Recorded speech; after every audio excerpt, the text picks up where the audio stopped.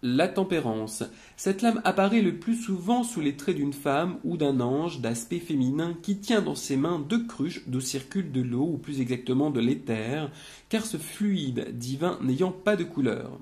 Si dans un premier temps on peut y voir une image de protection divine et de bénédiction, il faut aller beaucoup plus loin et se pencher sur les détails de la carte en question. Tout d'abord, attardons-nous à ce qui est important dans la représentation de la carte, c'est-à-dire les pots et les cruches d'où circule un liquide que l'on ne peut identifier à de l'eau mais plus à un fluide sacré ou à une âme, ce qui ne serait pas complètement faux car la tempérance suit l'arcane sans nom, symbole de transformation. Nous remarquerons donc la différence de couleur de ces deux pots, l'un étant rouge et l'autre bleu, ce qui n'est pas sans rappeler l'anatomie humaine et le sens de la circulation sanguine. Ce qui fait penser que nous sommes bien dans un processus de distillation, de purification qui inclut une notion de temps.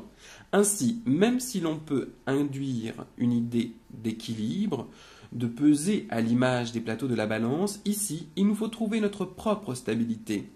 Ainsi, la tempérance nous renvoie à une image de concentration, de modération, d'attention, de précaution, d'implication et de mesure. Elle est là pour signifier que nous devons prendre notre temps pour faire les choses et pour les faire bien. C'est une des raisons qui font que cette carte se rapproche un petit peu de l'ermite. Dans cette notion d'échange, nous retrouvons un autre processus qui est celui de la communication et de fait de la diffusion. Dans le tarot de Marseille, la tempérance a une fleur posée dans les cheveux, ce qui est l'image de la vie. Donc cette carte serait l'opposé de l'arcane sans nom et de fait, elle serait non seulement le symbole d'évolution, de recul, de transformation, de mélange, mais aussi de naissance et de création.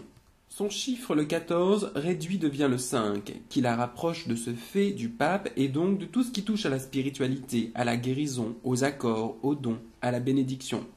D'un point de vue astrologique, la tempérance est assimilée à la planète Uranus ainsi qu'à Saturne. Son message est de prendre le temps d'assimiler, de distiller, de purifier, d'observer et donc de comprendre. Ici, on ne peut avoir de maîtrise que si l'on exerce un certain contrôle. Donc, nous devons être centrés sur nous-mêmes, sans quoi nous serons vite dépassés par les événements. C'est donc avant tout une carte de sérieux et de maîtrise et d'attention.